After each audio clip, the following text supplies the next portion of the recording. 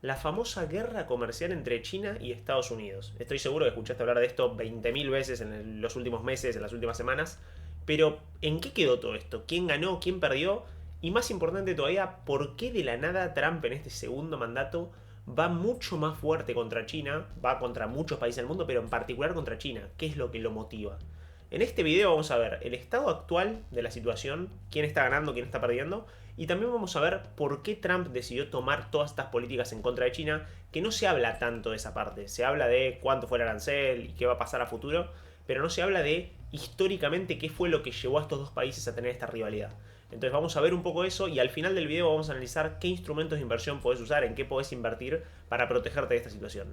Así que si te interesa, quédate en el video, dale like, suscríbete y veamos juntos qué está pasando. Bueno, ahora sí, ¿qué estamos viendo en pantalla? Básicamente traje una serie de gráficos que vamos a ver en este video para entender mejor cómo el mundo llegó a donde estamos hoy en día con esta guerra comercial y con aranceles volando entre Trump y el presidente de China. Y creo que una manera fácil de entenderlo es que hagamos un viaje al pasado juntos, más específicamente al año 2000, y que veamos cómo estaba posicionado Estados Unidos en el mundo en lo que es el comercio internacional. Y como ves rápidamente con el color, ya te das cuenta que todos los países que están pintados de azul quiere decir que tenían a Estados Unidos como el principal aliado comercial, ¿sí? Elegían a Estados Unidos para comercio internacional y era como el principal país con el que importaban y exportaban bienes. Entonces, China claramente también estaba posicionado, pero en mucha menor medida. Y si lo llevamos a números, Estados Unidos movía 2 trillions en lo que es comercio internacional, mientras que China movía 474 billions. Que, para hacer rápido la cuenta, Estados Unidos cuadruplicaba a China. Y acordate, quédate con esta imagen de cómo estaba el mapa en el año 2000, porque ahora cuando veamos la del 2024 no lo vas a poder creer. Si avanzamos y vamos a la del 2024, mirá cómo cambió todo. En 2024 así está el panorama. Esto es lo que el mundo está viendo y lo que Estados Unidos está viendo. Que básicamente China se comió todo el mercado y todavía le queda. Y esto es lo que tanto preocupa a Trump. Esto es lo que él quiere empezar a dar vuelta, pero es algo que es bastante difícil de dar vuelta. Y de nuevo vamos a ver cómo fue la comparativa para que tengas esa perspectiva. Esto era el año 2000, esto es el año 2024.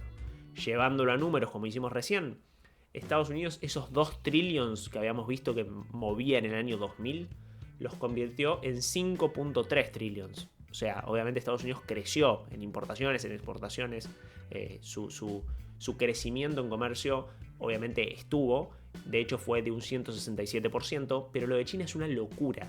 Pasó de 474 billions a 6.2 trillions, o sea, ya superó a Estados Unidos y su crecimiento fue del 1200%. Entonces, la realidad es que es bastante lógico que Trump o que cualquier estadounidense esté preocupado por esta situación. Pero vayamos a ver el siguiente gráfico. ¿Qué estamos viendo en este segundo gráfico? Y cuando lo entiendas te va a hacer más sentido o vas a entender un poco mejor por qué Trump está tomando todas estas políticas proteccionistas de que Estados Unidos no se abra al mundo o se cierre más al mundo con los aranceles y que el famoso discurso que da de que los americanos tienen que producir para los americanos. Bueno, todo eso que dice tiene relación con este gráfico. Este gráfico es la suma de las exportaciones y las importaciones como un porcentaje del PBI mundial. Entonces lo que nos muestra el gráfico es, ok, de ese PBI mundial, ¿cuánto representa las exportaciones e importaciones? Entonces si este gráfico subiese, básicamente quiere decir que el PBI mundial cada vez está siendo más representado por un creciente porcentaje de comercio entre países. ¿Qué pasa? Esto obviamente a partir de 1970 con un impulso de globalización muy grande que ya vamos a ver más adelante en el video, fue creciendo, pero lo que nos muestra el gráfico y lo que es particular es que desde 2008, que se llegó a un 60%, es decir, que del PBI mundial el 60% se representaba por importaciones y exportaciones de países, ese 60% de 2008 no se volvió a superar.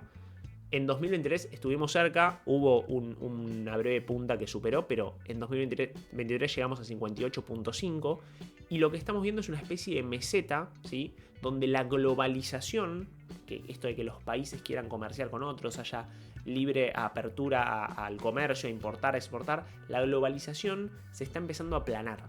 Y eso obviamente es algo que se traduce o se ve muy claramente en las medidas que está tomando Trump con Estados Unidos. Todas las medidas de aranceles, de proteccionismo, de intentar cerrarse al mundo, son justamente medidas que van en contra de la globalización.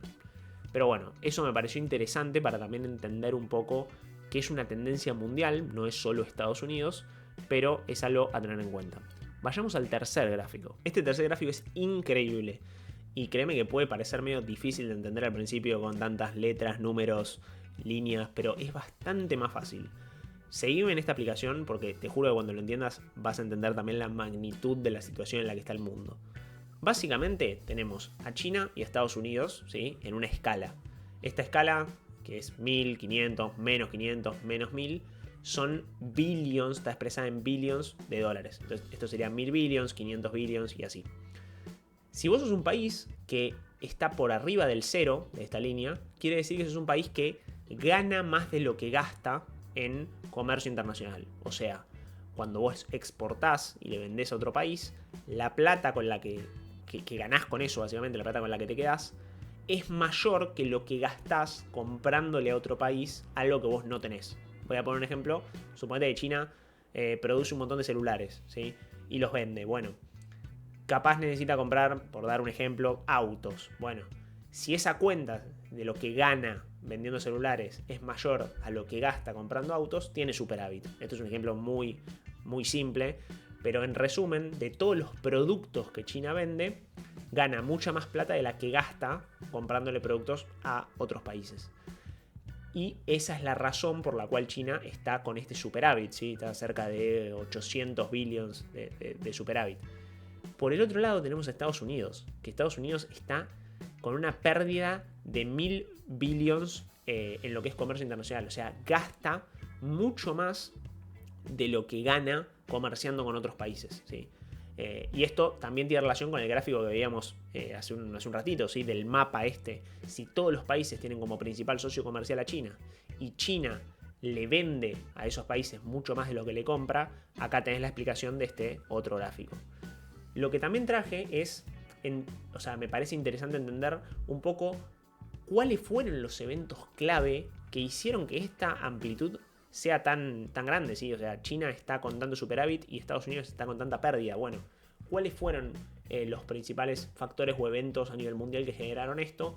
Hay muchísimos acá marcados con estos puntitos negros, pero creo que estos 5 son los más importantes a mi criterio. En 1980, o más específicamente en 1970, empieza a crecer mucho la globalización, que voy a volver para atrás, que es este gráfico, ¿sí? En 1970 empieza a aumentar la globalización, que es lo que veíamos recién, y en todo este proceso de aumento de globalización, lo que también pasa es que en 1991 termina la Guerra Fría, ¿sí? La Guerra Fría, acordate, de Estados Unidos y Rusia enfrentados. Rusia termina saliendo más perjudicado que Estados Unidos en la Guerra Fría, y lo que termina pasando es que todo ese bloque de países que estaban junto con Rusia empezaron a hacer una nueva oportunidad de comercio frente a otros países del mundo, que ahora, cuando se desarmó la Unión Soviética y perdió la Guerra Fría Rusia, todos estos países empezaron a poder abrirse al mundo, poder empezar a comerciar. Y lo que pasa en el 2001, justamente 10 años después de que termina la Guerra Fría, es que China entra en la Organización Mundial del Comercio. Y esto es muy importante. ¿Por qué? Porque a partir de que China empezó a entrar, o entró formalmente en la Organización Mundial del Comercio, mirá cómo acá sí empezó a volar el superávit de China, y cómo empezó a caer en picada el superávit de Estados Unidos, al punto que ya tiene déficit, o sea, ya profundizó su déficit, por decirlo de la manera correcta. Entonces, básicamente, 4 puntos importantes de por qué fue tan crítica la entrada de China en la Organización Mundial del Comercio. Por un lado, las empresas extranjeras empezaron a ver que China era un mercado donde podías tercerizar la producción de tus productos. Vos podías poner una fábrica en China, y si yo pongo una fábrica ahí y contrato gente en ese país, las condiciones en las que labura alguien de China o los sueldos que gana alguien de China son muy distintas y mucho peores que las que tenemos en Estados Unidos. Entonces muchas empresas empezaron a hacer eso. Por otro lado, empezó a haber una demanda muy fuerte de commodities y de energía, o sea, el petróleo, cobre, hierro, soja, empezaron a ser demandados porque otras economías empezaron a crecer. Con esta globalización, países emergentes empezaron a crecer y alguien les tenía que proveer de nuevo, petróleo, cobre, hierro, soja, por dar algunos ejemplos. Y China vio esto como una oportunidad, ¿sí?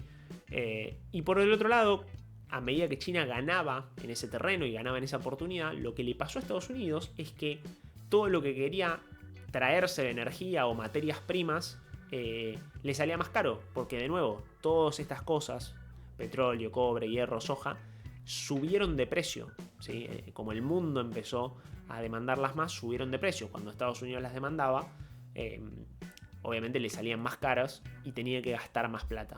Por eso se profundizaba su déficit. Después, como otro dato interesante que me pareció bastante llamativo y hasta contraintuitivo, es la crisis financiera del 2008, la crisis de la subprime en Estados Unidos. Es muy loco porque en el 2008 Estados Unidos tiene esta crisis en Wall Street y aumenta, o sea, mejora, ¿sí? En lo que es el comercio internacional, y China tiene una caída, lo cual es contraintuitivo, porque si la crisis fue en Estados Unidos, ¿cómo puede ser que mejore? Y esto se explica básicamente porque cuando pasó lo del 2008, la demanda de Estados Unidos como país de productos de afuera, de productos chinos, cayó muchísimo. Pensemos que Estados Unidos estaba en crisis y lo que compraba a otros países de afuera era mucho menos de lo que venía comprando. Entonces, como compras menos y gastás menos, perdés menos cantidad de plata. Por eso su déficit no se profundizó, sino que empezó a salir un poco de ese déficit, pero después volvió en su tendencia hacia abajo, ¿sí? Y China, cuando pasó esto del 2008, sufrió una caída, ¿sí? O sea, China, cuando Estados Unidos dejó de demandarle esto, y no solo a Estados Unidos, recordemos que la crisis del 2008 afectó al mundo entero, ¿sí? Cuando pasó esto, le empezaron a demandar menos productos a China y por eso empezó a caer un poquito ese superávit que tiene. Pero de nuevo, después volvió en su senda y en este caso, bueno, sigue creciendo. Y por último, la pandemia me pareció otra cosa llamativa. Mirá cómo le impactó la pandemia a China, que básicamente, sí, fue el primer país donde se originó todo, pero fue también el primer país en salir de todo. Y fue el primer país en volver a la producción normal y en volver a venderle al mundo. Así que el beneficio que sacó China de eso es considerable. Y por el otro lado, a partir de acá, en la pandemia, Estados Unidos siguió perdiendo plata y profundizando su déficit. Así que nada, esto es un poco lo que me parece interesante que analices y que entiendas por qué el mundo está como está hoy en día. Bueno, y el último gráfico, que en realidad es una serie de gráficos que están relacionados entre sí, es lo último que vamos a ver antes de ir a ver en qué podés invertir para protegerte de toda esta situación. Creo que lo interesante es empezar a ver, ok, ¿qué otras cositas pueden ser batallas que puede ganar o perder Estados Unidos, puede ganar o perder China? Y una interesante es ver el tema del PBI, ¿sí? El PBI de China, si tomamos el interanual, que es básicamente, para resumirlo rápido, nos paramos en un momento de 2023, nos paramos en el mismo momento de 2024 y comparamos qué crecimiento hubo. El interanual de China creció un 5.4%, ¿sí? Ese fue el crecimiento de su PBI.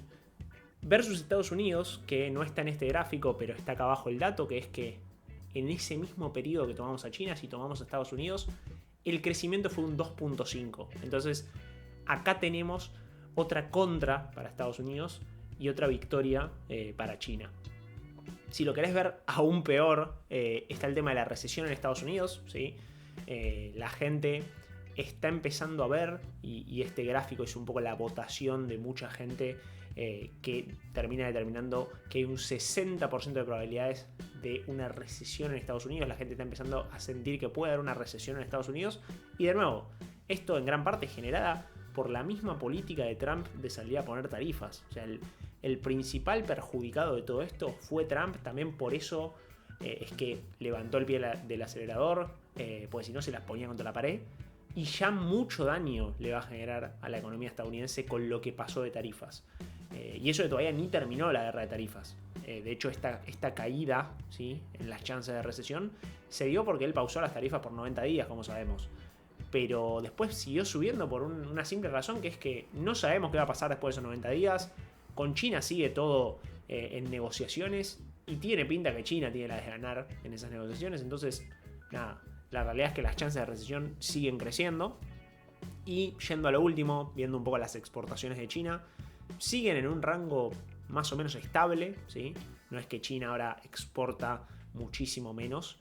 Y también por otro lado, las importaciones de Estados Unidos que se trae de China, ¿sí? Lo que le compra a China también sigue con un ritmo de crecimiento estable. Entonces son todas cositas que posicionan peor a Estados Unidos de lo que posicionan a China. Son cosas a tener en cuenta.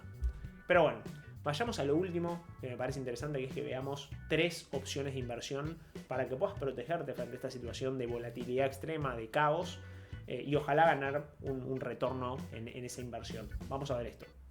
Primera opción, tenemos a los bonos del Tesoro de Estados Unidos, que frente a situaciones de volatilidad siempre son una opción de resguardo, de intentar preservar el capital. ¿Por qué? Porque Estados Unidos nunca defaulteó su deuda, ¿sí? ¿Qué significa esto? Que Estados Unidos siempre pagó lo que tenía que pagar a los compradores de bonos. Entonces, si vos compras un bono, está casi asegurado que Estados Unidos te va a pagar lo que te tiene que pagar.